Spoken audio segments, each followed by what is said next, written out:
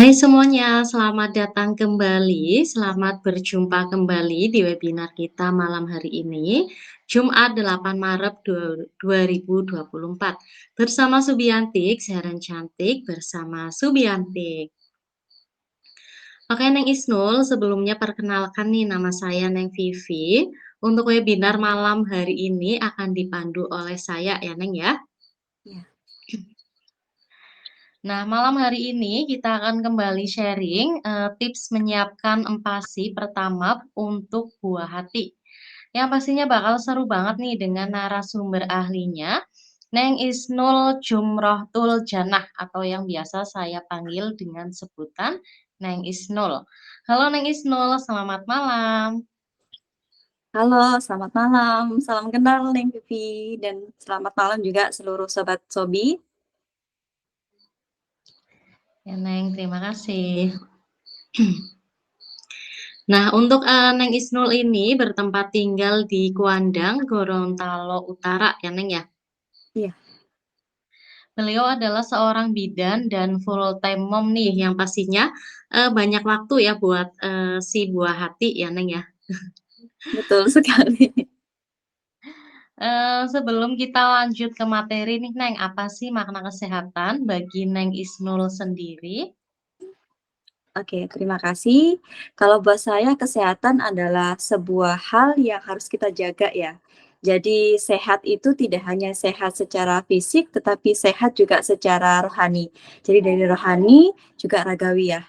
Jadi kita secara psikologis harus bahagia. Itu menurut saya definisi dari sehat. Nah, dengan kebahagiaan itu maka nanti akan terpancar kepada ragawiah kita. Jadi dengan kita melakukan atau, melaksanakan aktivitas yang menyehatkan seperti olahraga, kemudian kita menjaga pola hidup dengan sehat, seperti menjaga makanan, dan memancarkan semua hal itu dengan positif, seperti itu. Baik Neng Isnul, terima kasih. Oke, untuk Sobat Subi, jadi untuk memberikan empasi ini mulai usia 6 bulan, penting untuk bantu mencukupi kebutuhan nutrisi bayi yang sudah tidak bisa lagi tercukupi lewat ASI aja ya. Selain itu, keterampilan makan atau oromotor skill bayi untuk mengontrol gerakan mulut dan lidah, untuk mengunyah dan menelan makanan padat dengan lebih efektif. Untuk empasi pertama merupakan masa adaptasi si kecil yang merupakan tahap awal bayi mencoba makanan padat dari yang sebelumnya hanya mengonsumsi ASI. Oleh karena itu, selama masa adaptasi ini, untuk tekstur empasi sebaiknya berupa makanan yang dihaluskan hingga mencapai konsistensi bubur kental ya. Selain itu, kita juga harus memperhatikan nih untuk konsistensi bubur ya. Sebuah mangkok bubur yang lebih cair akan memiliki jumlah kalori dan zat gizi yang lebih sedikit dibandingkan dengan bubur yang lebih kental. Oleh karena itu, kita perlu nih memastikan bahwa makanan untuk si kecil tidak terlalu cair atau terlalu kental ya, agar dapat memenuhi kebutuhan nutrisinya dengan baik. Nah, kali ini kita bakal seru banget nih karena kita bakal membahas tips menyiapkan empasi pertama untuk buah hati. Jadi jangan sampai terlewatkan ya. Nah, kalau nanti ada pertanyaan boleh langsung ditanyakan saja di room chatnya teman-teman ya. Oke, silakan Neng Isnul untuk memaparkan materinya. Iya, baik. Terima kasih kepada Neng Vivi. Boleh dibantu untuk share screen-nya ya, Neng?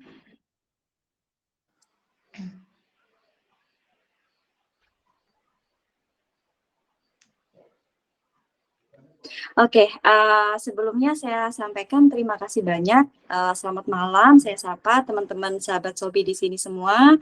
Terima kasih udah diundang di sini karena aku senang banget dan excited banget, untuk bisa menyampaikan materi seputar MPASI. Sebenarnya kenapa sih MPASI ini penting dan temanya ini adalah bagaimana menyiapkan MPASI, untuk buah hati kita. Karena ini sebenarnya berdasarkan dari pengalaman aku pribadi ya, pengalaman menjadi, apa namanya, mama muda waktu itu pertama kali yang kebingungan, "Ini nanti MPASI anakku dikasih apa ya? Ini, apa yang harus aku siapkan, apa yang harus aku prepare?" Gitu kan. Itu, apa namanya, merupakan suatu hal yang bisa dibilang cukup challenging sih buat, ibu-ibu baru yang belum tahu apapun tentang MPASI. Jadi aku harap, materi yang disampaikan kali ini itu bisa menjawab rasa penasaran atau bisa menjawab segala macam keluh kesah dari ibu-ibu, terutama ibu-ibu yang baru punya anak ya. Nah, untuk MPASI sendiri, seperti yang sudah dijelaskan oleh Neng Vivi tadi, MPASI itu singkatan dari makanan pendamping daripada ASI. Tentunya ini bukan hal yang, apa namanya, bukan hal yang tabu ya, atau bukan hal yang baru didengar. Tentunya sudah banyak, ibu-ibu di sini yang sudah mengerti atau udah tahu istilah itu, cuman masih bingung harus memulai step-nya dari mana. Nah, MPASI ini, diberikan ketika ASI itu sudah tidak mencukupi kebutuhan daripada nutrisi untuk bayi kita. Kenapa? Karena memang, ada kalanya ASI itu sudah mencapai, apa namanya, titik di mana memang harus dibutuhkan makanan pendamping. Tidak bisa, anak ini hanya mendapatkan asupan dari ASI itu sendiri. Seperti itu. Next. Untuk, bisa dilanjut nih Vivi? Manfaat MPASI sendiri itu ada banyak sekali ya. Jadi dari manfaatnya tidak hanya untuk anak, juga untuk ibu. Kalau untuk anak sendiri, selain yang udah aku jelaskan tadi, terkait dengan nutrisi, di mana memang ASI ini sudah tidak bisa memasak nutrisi sebanyak yang dibutuhkan oleh bayi kita. Nah, selain itu juga, sebagai bantuan untuk anak kita tuh melatih oromotornya. Nah, karena kita tahu nih, anak ketika 6 bulan itu pasti berbeda dengan, bayi ketika kurang dari 6 bulan. Contohnya nih bayi 6 bulan dia kan hanya bisa, apa namanya, menghisap ya, punya, apa namanya, refleks refleks menghisap, dari dia newborn, baru lahir dia punya berbagai macam refleks, dari refleks rooting, refleks sucking, kemudian Babinski, dan lain sebagainya. Dan itu akan bertahap sampai di titik 6 bulan, dia udah mulai punya kemampuan untuk memasukkan makanan di dalam mulutnya dia. Dan itu akan bertahap seiring berjalannya usianya. Nah, tentunya untuk kemampuan ini pasti didukung dengan 2 hal, yaitu kekuatan daripada saraf dari bayi, yang kedua kekuatan dari otot. Makanya kita butuhkan makanan pendamping supaya untuk melatih kemampuan dari saraf dan juga otot dari bayi kita. Nah, selain itu, dengan adanya makanan pendamping ini, kita juga memberikan latihan kepada bayi kita untuk bisa mengenal apa itu rasa, apa itu tekstur daripada makanan itu sendiri. Nah, selain itu juga yang paling penting ya di sini, yang mungkin banyak, ibu-ibu yang kurang respect ya terhadap, hal ini adalah tentang latihan bahasa. Dan ini, aku terapkan sendiri kepada anak ya, anak pertama aku, tentang latihan bahasa. Ada beberapa studi yang, menunjukkan bahwa, pemberian MPASI, dalam tanda kutip, dengan lingkungan yang nyaman, dengan adanya interaksi yang bagus antara orang tua atau pendamping dengan bayi kita, itu akan bisa mencegah yang namanya, telat bicara. Kemudian dengan adanya komunikasi ketika kita memberikan MPASI ya, itu juga bisa membantu anak itu mengenali bahasa daripada orang tuanya. Nah, makanya ketika MPASI itu, hal yang paling penting yang harus kita pahami sebelum kita menyiapkan makanan adalah kita harus tahu bahwa bayi ini sebenarnya sedang berlatih untuk, atau belajar untuk makan, di mana di situ ada banyak sekali proses yang bisa dipelajari oleh bayi, termasuk proses dia menangkap bahasa ibunya. Makanya nanti ketika MPASI, nanti akan aku jelasin, di slide-slide berikutnya, makanya ketika MPASI nanti harusnya ada interaksi 2 arah, seperti itu. Nah, itu dari manfaat untuk bayinya sendiri. Nah, kalau manfaat dari ibu tentunya juga banyak dong. Yang pertama, MPASI itu juga nggak hanya tidak kalah pentingnya dengan ASI dalam membangun bonding antara ibu dengan bayi kita. Itu salah satunya. Dan yang kedua, MPASI itu ternyata juga bisa membangun kebahagiaan. Yang aku bilang tadi bahwa kesehatan itu berarti kita bahagia. Kenapa begitu? Karena ternyata yang aku alami ketika kita bisa melihat anak kita berprogres, bisa makan, itu bahagia sekali loh. Dan itu juga bisa membantu moms yang dalam proses mengasihi itu bisa meningkatkan hormon-hormon yang bisa meningkatkan ASI seperti hormon prolaktin, kemudian hormon estrogen dan lain sebagainya seperti itu. Next. Nah, kalau kita udah tahu dari manfaat MPASI itu sendiri, maka yang harus kita pahami adalah guideline, prinsip penting daripada pemberian MPASI itu sendiri. Ada banyak sekali ya yang direkomendasikan oleh WHO. Ini prinsip yang saya ambil dari WHO. Yang pertama adalah menyusui sampai 2 tahun. Jadi prinsipnya dalam pemberian MPASI ini tetap makanan nutrisi yang tidak boleh ditinggalkan adalah pemberian daripada ASI itu sendiri. Yang ini diberikan sampai anak kita usianya 2 tahun. Kecuali dalam tanda kutip anak kita sedang dalam case tertentu yang bisa membuat kita harus men-stop ASI kita. Misalnya ada masalah dari kesehatan seperti itu. Dan yang kedua, prinsipnya adalah MPASI ini harus diberikan secara responsif ya. Jadi responsif, kita merespon kebutuhan dari anak kita atau bayi kita. Dan yang ketiga tentu harus adekuat. Adekuat ini tepat, baik itu tepat komposisi kandungannya, kemudian tepat dalam pemberiannya.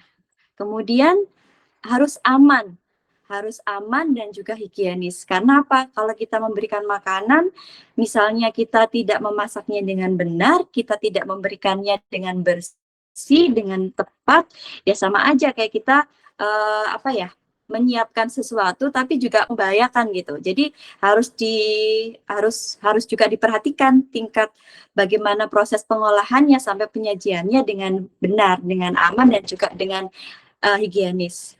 Lalu yang tidak kalah pentingnya adalah MPASI ini juga harus diberikan tepat waktu. Kemudian yang terakhir bahwa ketika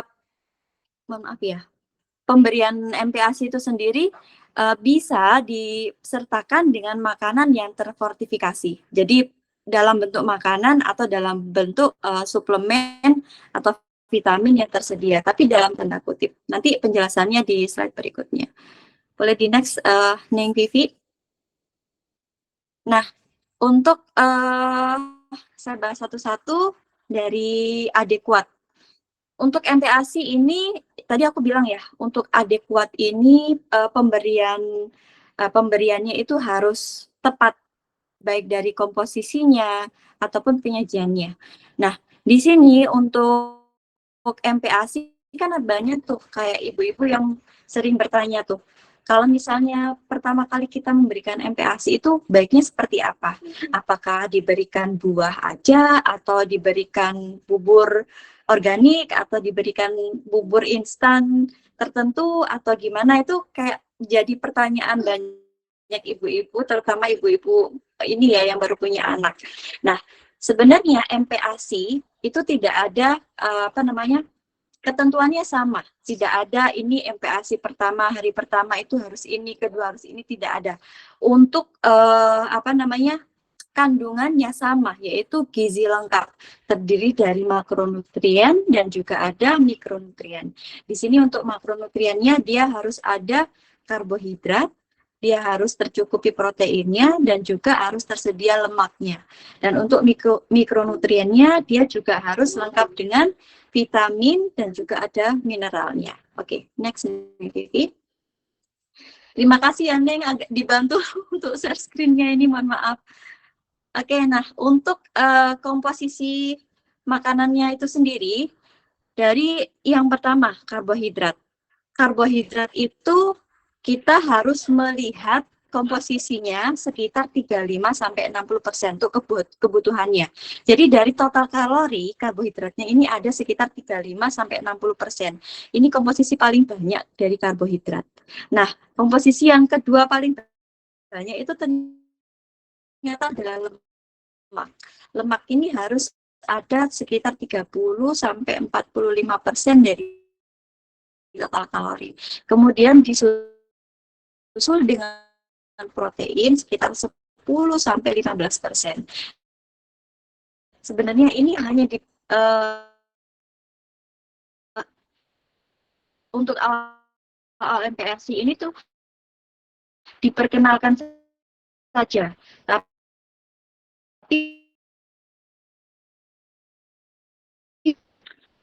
seperti itu. Nah, kemudian next,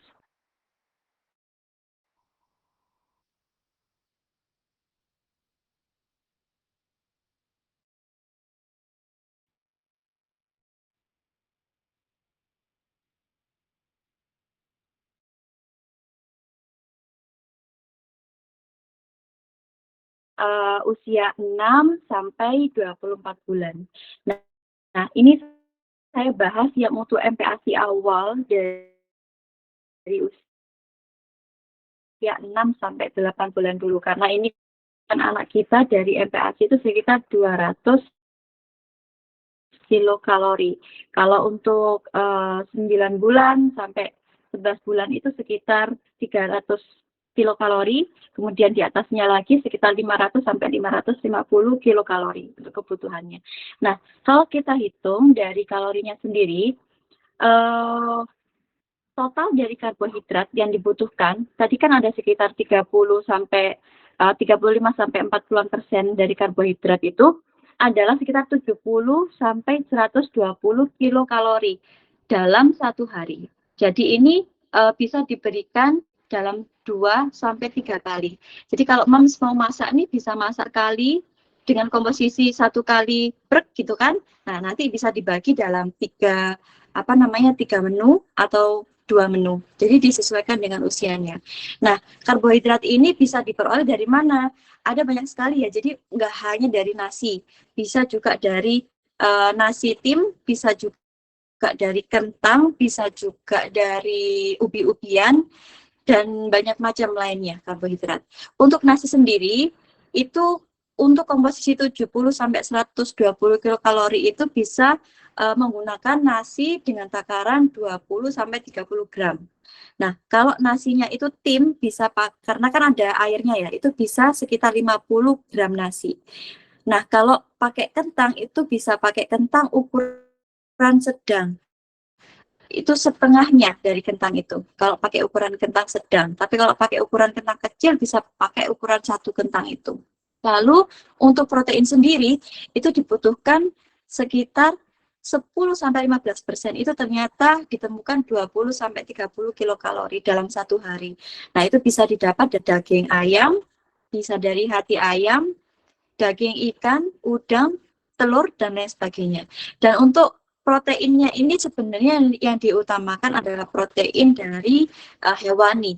Boleh protein nabati, kayak tempe, tahu, tapi yang lebih diutamakan adalah protein dari hewani itu sendiri. Dengan takaran kalau daging ayam ini 30-45 gram, hati ayam ini sekitar 20-30 gram. Jadi agak ribet sih untuk mempersiapkan MPASI ini, tapi menyenangkan. Nah, nanti bisa pakai timbangan sih kalau bingung takarannya seberapa, bisa pakai menggunakan timbangan khusus untuk MPASI. Oke, next.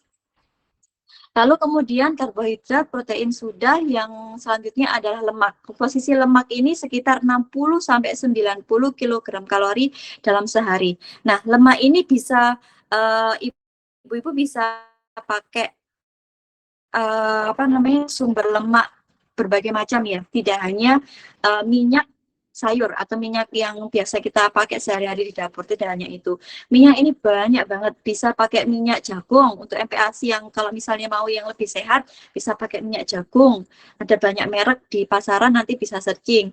Kemudian bisa juga pakai minyak Evo, minyak zaitun. tadi salah satu mereknya ya, atau bisa menggunakan margarin atau butter. Jadi tidak melulu minyak ini harus pakai minyak sayur. Untuk jumlah minyaknya ini sekitar 7,5 mili. Jadi Pak bisa pakai takaran sendok untuk 7,5 mili ini untuk sekali masak ya, nanti disajikan dalam 3 kali pemberian.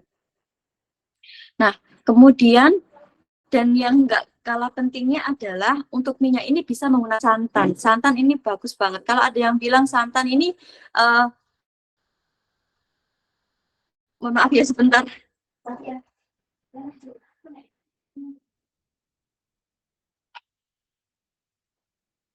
Ya, jadi mohon maaf. Nah, kalau ditanya santan ini banyak mengandung kolesterol, tidak. Jadi santan ini bagus dan untuk kolesterol sendiri itu sebenarnya diproduksi sendiri oleh tubuh kita. Nah, kemudian untuk sayuran buah ini bisa sekitar 1,5 sendok makan wortel atau boleh diberikan buah sayuran apapun itu dalam jumlah yang sedikit. Oke, next. Sebentar, sebentar.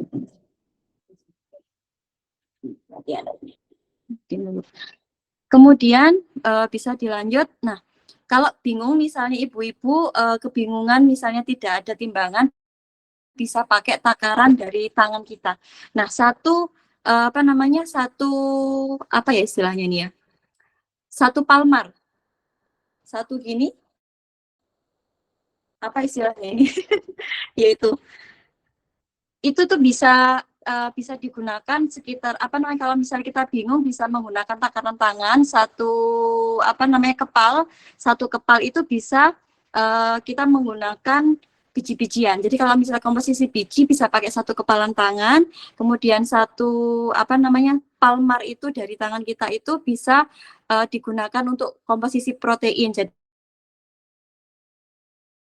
ayam itu ukurannya sama kayak ini tangan kita ini yang sebelah sini. Kemudian kalau dua ini bisa pakai sayur dan untuk jempol ini ukurannya bisa pakai digunakan untuk menggunakan lemak, jadi minyak atau margarin, butter dan lain sebagainya seperti itu. Bisa next.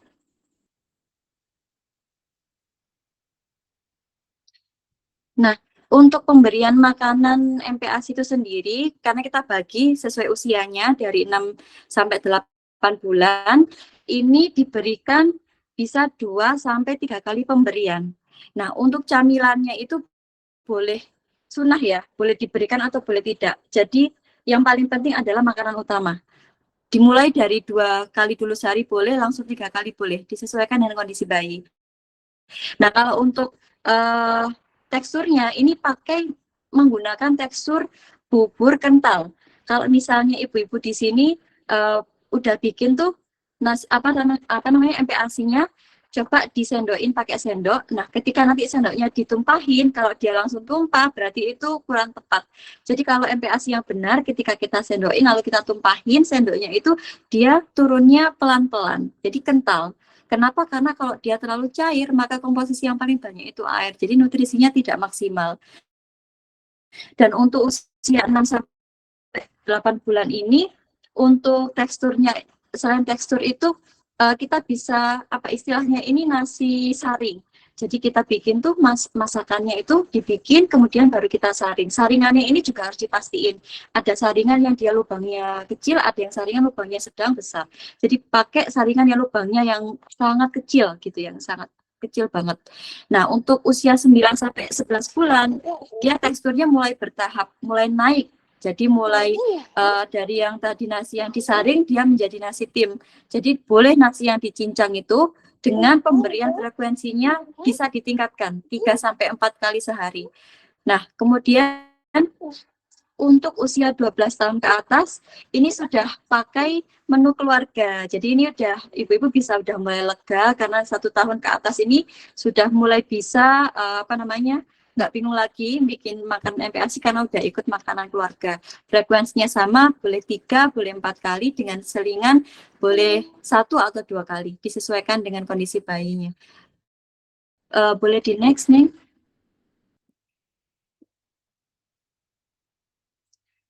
Kemudian yang saya bilang tadi, kenapa sih MPASI diberikan ini tepat ya?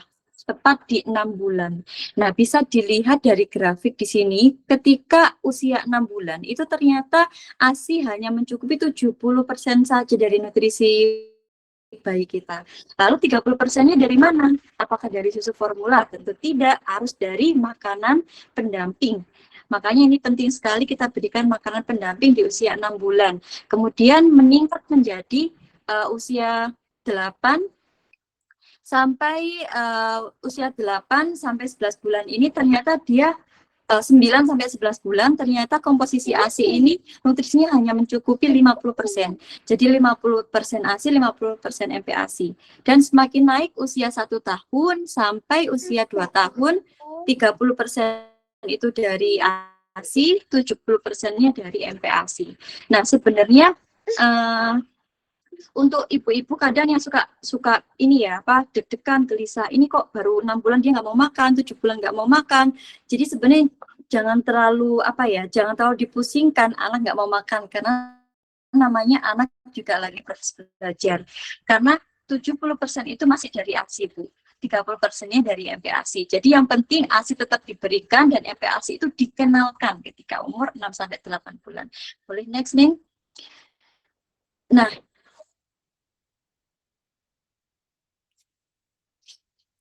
ini juga sama, boleh di next aja.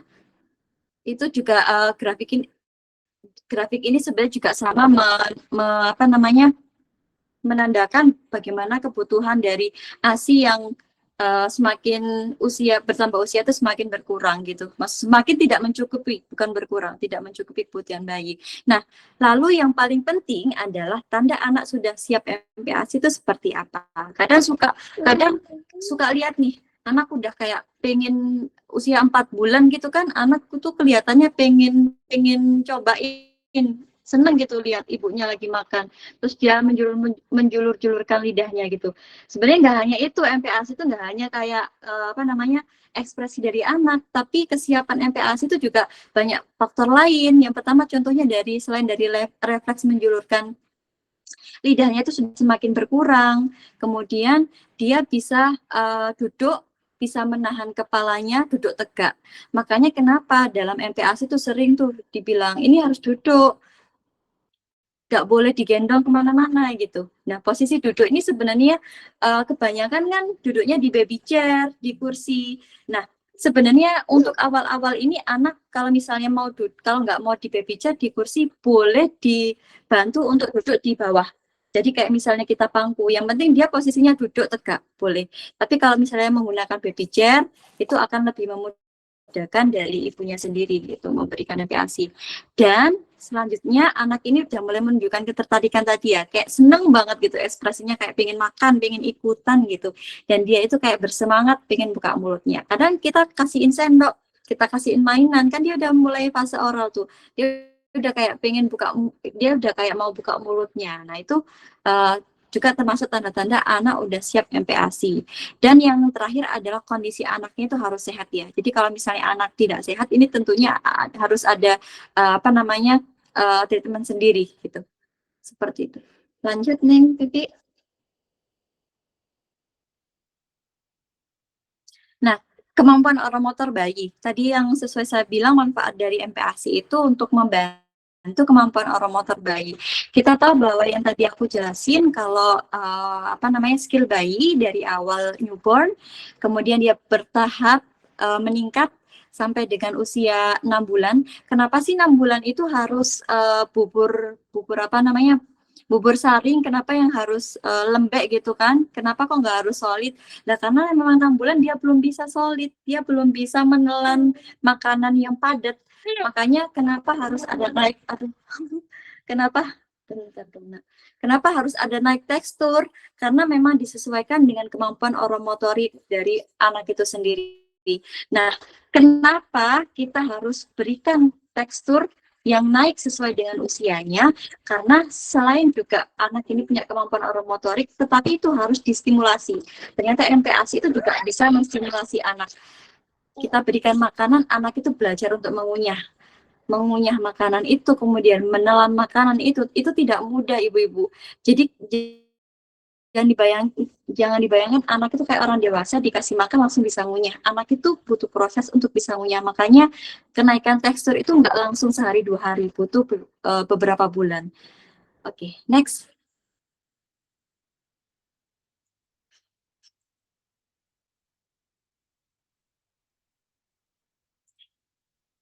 Nah, prinsip selanjutnya dari pemberian MPASI adalah aman dan higienis. Aman ini harus bersih, kemudian hati-hati ibu-ibu ketika masak, terutama masak lauk pauk mentah kayak misalnya daging sapi atau daging ayam. Itu kan suka kita motong-motong tuh pakai pisau, kemudian pakai telenan. Itu kalau bisa dipisahkan antara yang khusus untuk makanan mentah dan juga makanan yang bersih kayak sayur mayur atau makanan tempe dan lain-lain.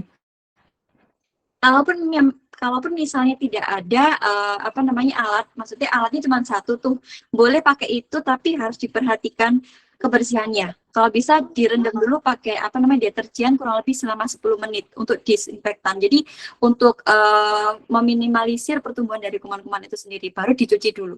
Jadi direndam dulu 10 menit pakai cairan deterjen, kemudian baru kita cuci. Dan hati-hati juga ketika nyuci itu kalau bisa jangan sampai nyiprat ya, karena itu juga kita nggak tahu ya, kita nyuci ternyata nyiprat ke makanan yang lain, itu juga bisa pengaruh. Kemudian harus dimasak matang. Nah, ini terutama kayak misalnya yang sering kayak kita misalnya makan telur itu ada yang bilang nih ada tuh kasus yang diberikan telur mentah, ada yang diberikan telur setengah matang, itu tidak boleh karena dia mengandung kuman dan itu bahaya buat bayi. Bayi belum bisa mencerna itu. Dan juga diperhatikan suhu penyimpanan dan masaknya dengan air bersih. Suhu penyimpanannya itu kalau misalnya nanti ibu di sini udah masak tuh, ini dari pengalaman pribadi aku ya, masak sekali itu pagi atau kalau misalnya mau masak malamnya, kalau pagi agak repot boleh masak malamnya. Kemudian kita pilah-pilah dalam 3 tempat. Diusahakan tempatnya sebenarnya yang paling baik adalah pakai kaca. Jadi untuk wadahnya paling bagus sebenarnya wadah kaca. Kalaupun nggak ada misalnya pakai yang wadah plastik boleh, tapi yang BPA free kalau bisa diusahain yang itu yang aman. Kemudian setelah kita bikin sudah dibagi menjadi 3 porsi makanan, baru kita simpan di kulkas. Paling bagus itu penyimpanannya di bawah 5 derajat. Jadi di freezer paling bagus. Dalam kondisi wadahnya harus tertutup. Kalau misalnya nggak ada kulkas gimana? Kalau misalnya tidak ada kulkas ya memang paling bagus adalah fresh food ya. Jadi bikin yang sekali bikin langsung dimakan seperti itu. Ya bentar. Nah, kemudian menghangatkannya juga tidak disarankan menggunakan wadah plastik ya, harus kalau bisa menggunakan wadah kaca dan metodenya bisa pakai 2, bisa pakai dikukus, bisa pakai direbus, tergantung dari makanannya itu sendiri. Oke, boleh next Neng. Iya. Nah, untuk makanan fortifikasi nih, ada tuh. Coba Mas, saya main itu.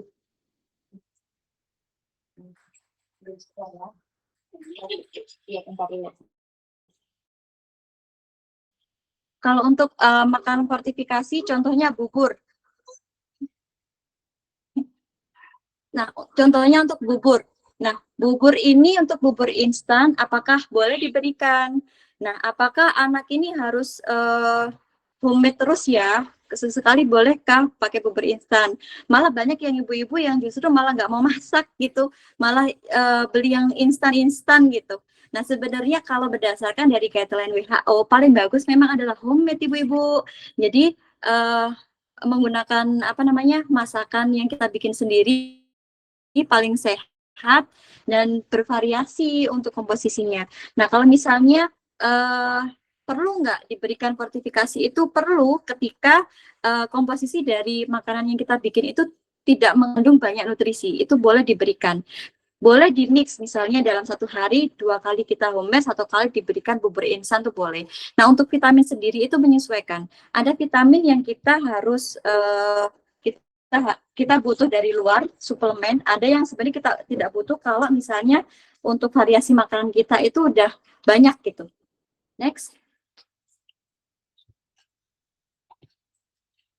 Nah, kalau untuk kebutuhan vitamin, yang paling penting di sini adalah kebutuhan zat besi, Bu-Ibu sekalian, di mana zat besi itu ternyata dari ASI tidak bisa mengkompensasi ketersediaannya buat anak kita.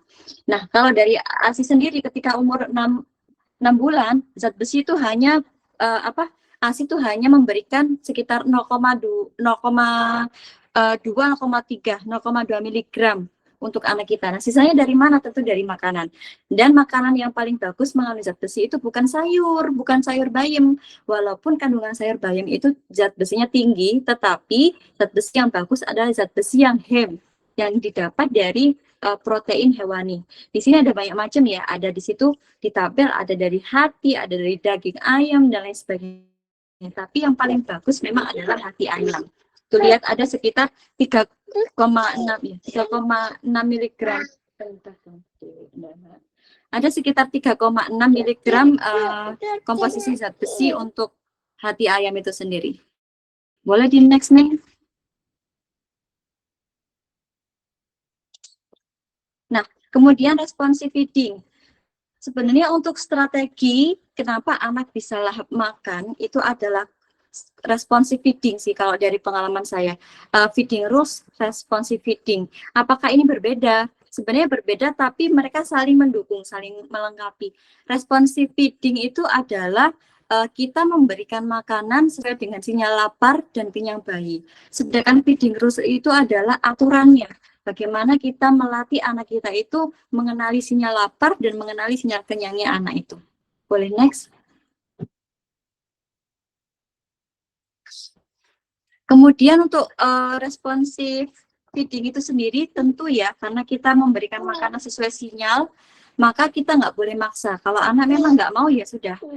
10 sampai 15 kali diberi 10 sampai 15 kali diberikan, anak nggak mau ya sudah dihentikan. Kemudian kita juga harus tahu kapan anak ini lapar, kapan anak ini kenyang. Nah, ini juga butuh proses ya ibu-ibu, nggak langsung serta-merta tahu. Nah, makanya kita butuh feeding rules. Kita melatih anak kita dengan memberikan apa jadwal makan. Kemudian durasi makannya itu maksimal 30 menit. Kalau misalnya sebelum dari itu anak ini tidak mau makan ya sudah diakhiri saja. Kemudian lingkungannya harus nyaman, anak kita ajak ngobrol seperti itu. Kemudian makanannya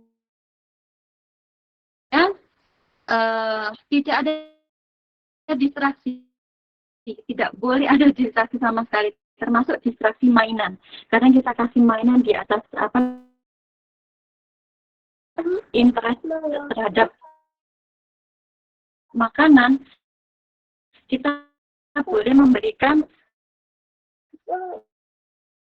piring yang lucu-lucu itu boleh. Kemudian harus ada sesi beres-beres di akhir makan. Ketika makan, misalnya ini ada anak belepotan di tengah-tengah makan itu biarin, tidak boleh kita beri proses makannya. Seperti itu. Next.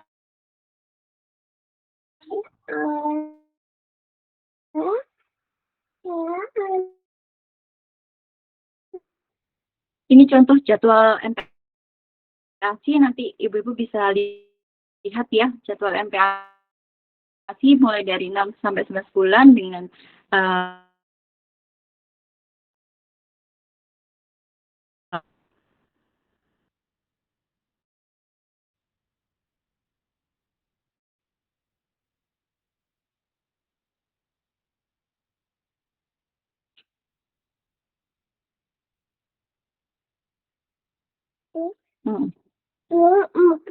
iya sabar.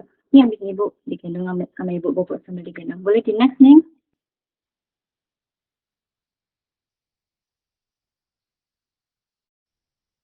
Ya, jadi untuk menu pertama yang aku bikin dulu buat anak pertama aku itu ini.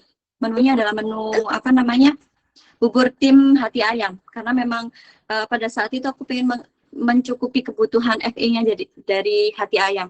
Kalau misalnya nanti boleh mungkin dibagikan materinya, nanti dibaca aja ibu-ibu sekalian.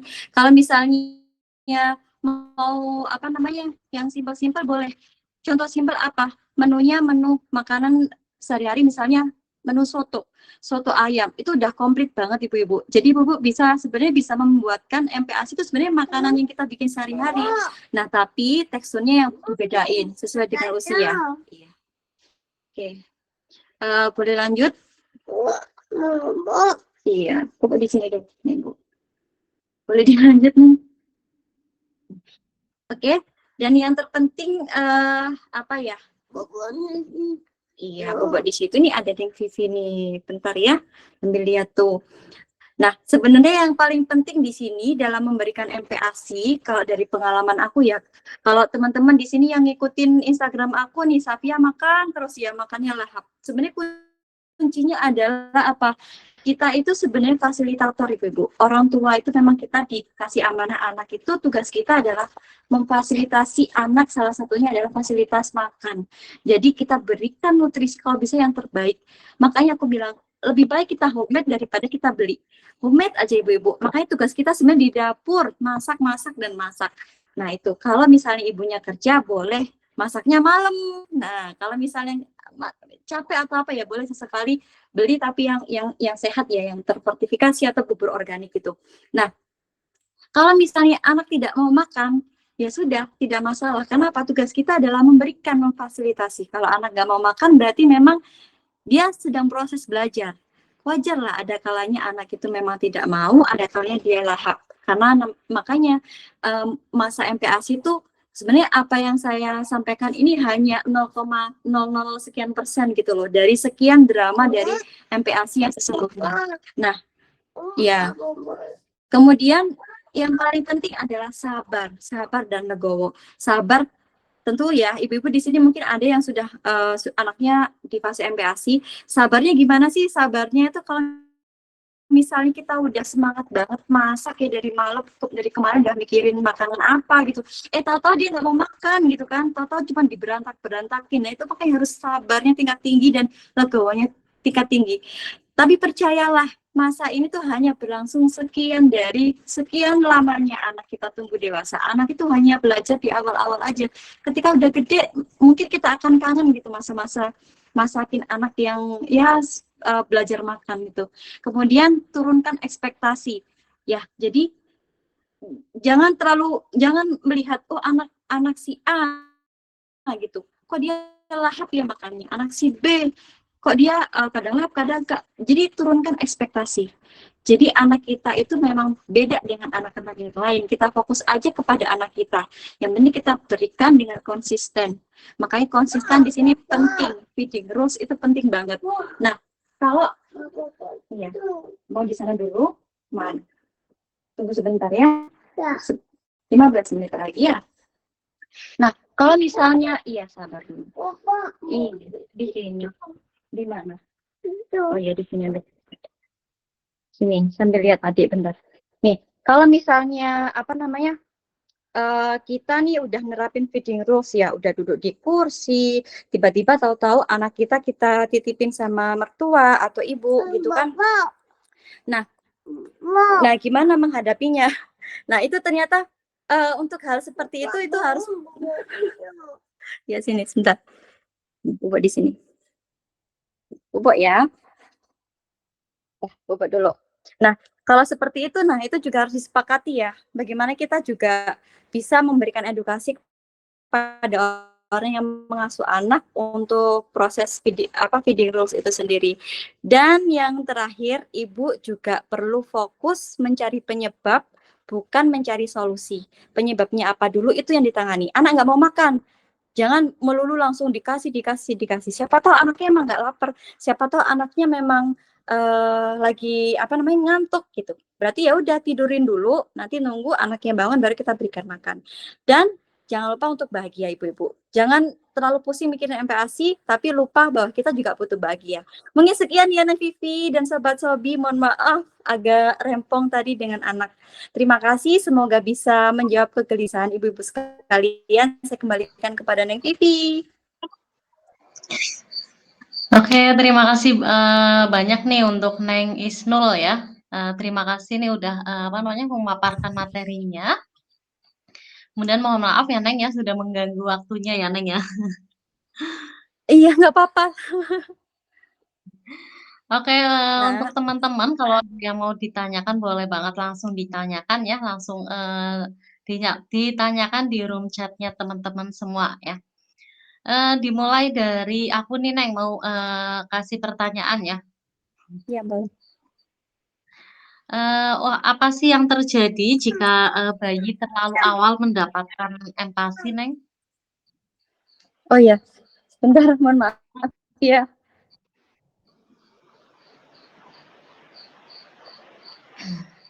nah, ya. Jadi kalau mohon maaf, kalau misalnya untuk pemberian MPASI terlalu awal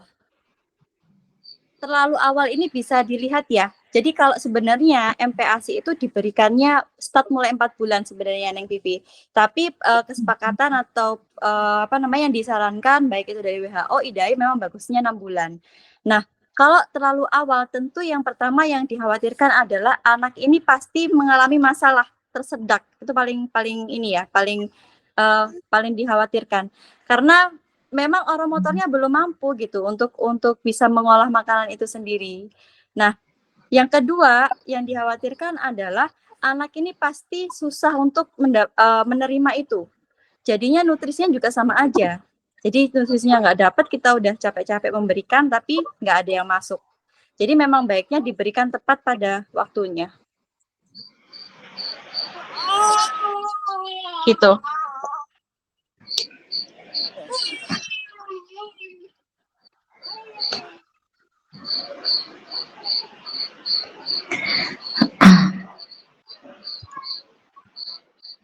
Begitu, Neng. Baik, Neng Isnul, terima kasih. Kemudian untuk apa namanya? Berarti untuk hati ayam itu ya, untuk hati ayam itu boleh dikonsumsi setiap hari, Neng, untuk si buah hati kita. Ya, untuk hati ayam boleh dikonsumsi setiap hari, tapi saya menyarankan untuk nggak setiap hari. Kenapa? Karena MPASI itu harus diberikan bervariasi, beragam.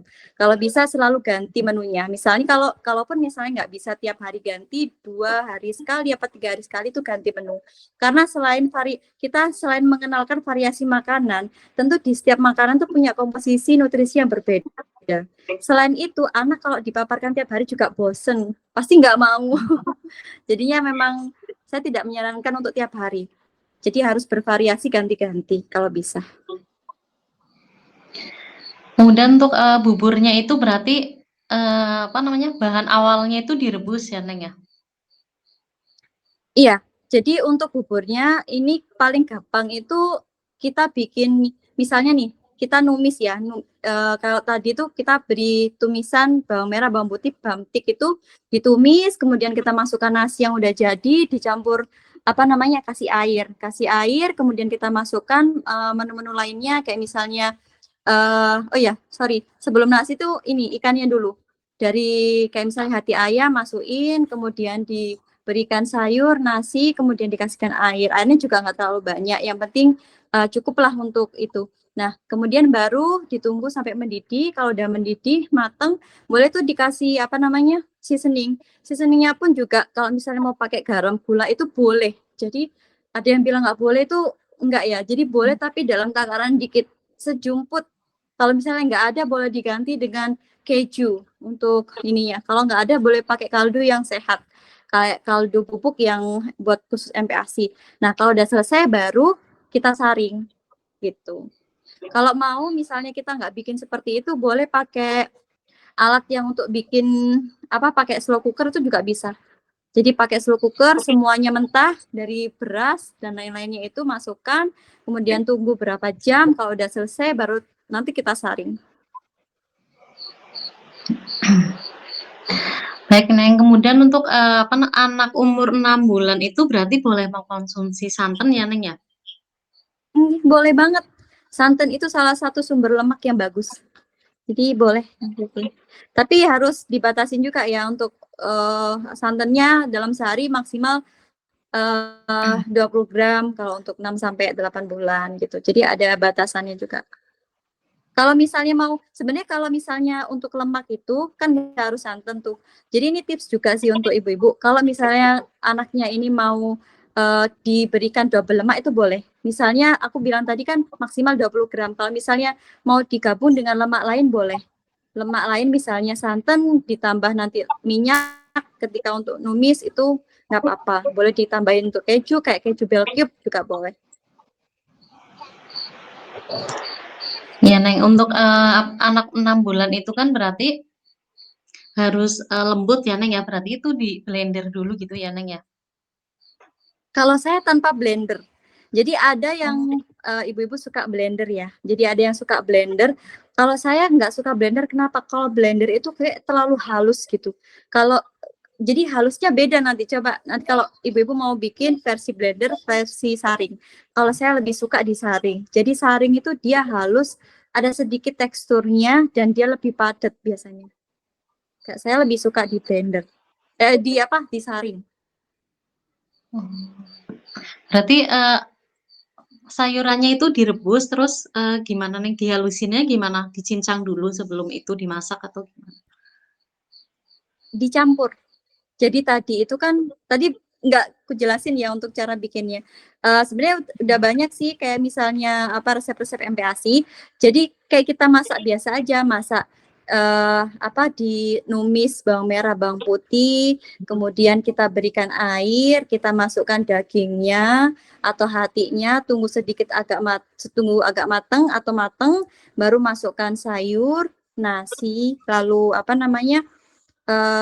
Seasoning. Kalau sayur ditaruh di terakhir boleh tergantung sayurnya. Kalau sayuran hijau taruh di terakhir karena kan dia nggak boleh terlalu lama dipanaskan. Kalau sayur-sayuran kayak misalnya wortel, labu itu boleh langsung diberikan setelah apa namanya lauknya itu tadi bareng dengan nasinya. Jadi semuanya itu masuk jadi satu. Nah, itu yang resep dari saya. Tapi kalau mau resep kayak soto itu beda lagi. Soto udah sebenarnya kayak kita bikin soto pada umumnya, cuman bedanya apa? Bedanya garamnya nggak terlalu banyak, tanpa MSG dan takarannya benar, tepat. Gitu. Berarti sudah bisa pakai soto ya. Kalau Boleh kebanyakan banget. orang, iya kebanyakan orang kan kalau bayi itu jangan dikasih santan dulu gitu ya, Neng ya. Enggak, boleh. Boleh banget pakai soto. Soto Hmm. ayam kayak gitu-gitu. Sebenarnya makanan kita sehari-hari tuh ya itu yang kita berikan. Cuman memang takaran gula garamnya hanya sedikit saja. Atau kalau nggak pakai juga nggak apa-apa. Gitu. Kemudian untuk apa namanya empasi ini berapa lama sih masa pengenalan empasinya, Neng? Eh MPASI itu sebenarnya kalau dibilang masa pengenalan ya, masa pengenalan awalnya itu ya 6 sampai 8 bulan. 9 sampai 11 bulan apakah pengenalan? Itu juga masuk pengenalan sebenarnya karena memasuki makanan yang menu keluarga itu 1 tahun. Jadi harapannya 1 tahun itu anak udah bisa ikut orang tuanya makan makan bareng gitu, makan seperti menu yang orang tua makannya. Jadi selama 6 bulan awal dari 6 bulan sampai 11 bulan mau 1 tahun itu sebenarnya proses pengenalan. Tapi pengenalan itu bukan berarti hanya kalau anak nggak mau makan ya udah nggak juga. Tetap harus dikenalkan dan kalau bisa anak itu gimana caranya belajar untuk mau makan gitu. Berarti kalau anak nggak mau makan itu jangan dipaksa tapi terus dikenalkan gitu ya, Neng, dikasih makanan gitu ya. Iya. Jadi apa ya? Kayak misalnya anak-anak saya yang pertama itu dia kan kalau makan kan seneng tuh, suka makan. Sebenarnya di balik itu semua prosesnya itu juga nggak yang mulus-mulus amat Bu Ibu, nggak mulus-mulus amat. Jadi ada kalanya dia tuh nggak mau makan 2 minggu, ada kalanya nggak mau makan 1 minggu, ada kalanya 1 bulan itu susah makan. Jadi memang apa ya, respon anak itu beda-beda. Cuman dari kitanya itu memang harus konsisten, tetap diberikan.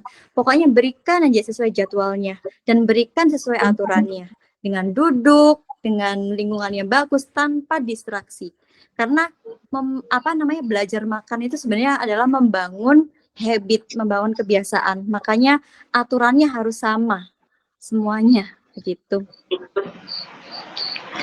Berarti kalau makan itu nggak usah sama dipotong gitu ya, Neng. Berarti harus Iya. benar-benar duduk kayak gitu ya. Iya betul banget, betul banget. Itu makanya kadang suka kasihan juga gitu sama ibu-ibu di sini yang malah ini ya dimarahin atau diomelin apa sama orang tuanya, apa mertuanya, apa tetangganya, kok kamu ini sih gitu-gitu. Itu udah kayak hal biasa bagi kita. Jadi emang zaman dulu memang suka digendong, tapi digendong itu ternyata dia nggak fokus, Neng. Selain nggak fokus, anak itu juga ya fokusnya ke apa yang dia lihat, dia nggak fokus di makan. Makanya ketika kita duduk, anak itu selain belajar makan, dia belajar fokus, belajar mengenali kondisi makanan itu sendiri, dan di situ juga ada interaksi. Kalau di gendong kan nggak ada interaksi tuh. Iya. Iya, di sini juga masih kebanyakan gitu, Neng. Kalau disuapin itu sambil dipotong. Iya. Jadi harapannya kan anak dipopong itu kayak mau gitu ya, "Ayah lihat ini, itu Ya, ada ayam, ada burung, gitu kan kalau iya. orang-orang zaman dulu. Nah itu bukan seperti itu. Jadi kalau dipikir-pikir sih gini, orang zaman dulu mungkin saya ya, dulu juga saya digendong, tapi ya gedenya juga, ya fine-fine aja makannya. Ya memang setiap setiap, pergantian tahun, setiap ini kan pasti ilmu itu berubah ya. Jadi tujuannya tadi digendong itu sebenarnya hanya untuk, mengelabui sih kalau saya bilang, mengelabui anak supaya dia mau makan. Padahal fungsi dari proses makan itu kan bukan itu. Ya benar-benar kita mengenalkan makan yang benar, adabnya makan seperti apa. Duduk adabnya, kemudian baca doa, kemudian makan, ya seperti kita adab makan pada umumnya. Jadi kan nggak ada kan orang dewasa adab makan sambil digendong. Sambil jalan-jalan kan nggak boleh kan ya, gitu. Iya. Kemudian untuk anak itu pas awal itu boleh dikasih buah nggak, Neng? Boleh. Jadi kalau untuk MPASI pertama kali, saya tidak menyarankan buah. Jadi memang menu lengkap. Nah, buah ini sebagai selingan. Tadi mungkin kurang kurang saya jelaskan ya. Jadi selingan ini misalnya 6 bulan tuh. 6 bulan kan diberikan makanan utama 2 kali sampai 3 kali. 2 kali boleh misalnya pagi atau malam. Sisanya boleh diberikan buah selingan. Selingan ini juga nggak wajib. Jadi bentuknya pun juga bukan buah utuh ya. Kalau buah utuh jadinya nanti bukan feeding rules, jadinya nanti BLW, baby led weaning. Jadi buahnya itu di dalam bentuk pure. Jadi buah yang dihancurkan dan tidak boleh diberikan dalam bentuk jus. Kalau jus kan nanti dia cair, komposisinya banyak air dan dia ada gula tambahan. Jadi boleh diberikan pure dalam porsi yang sedikit. Palingan awal-awal itu 2-3 sendok. Itu pasti nggak selalu habis. Pasti anaknya pasti bereaksi kayak ini dulu, kayak ini apa ya gitu kan pasti nggak langsung mau juga. Dikenalin aja, misalnya 1-2 sendok dulu bertahap gitu.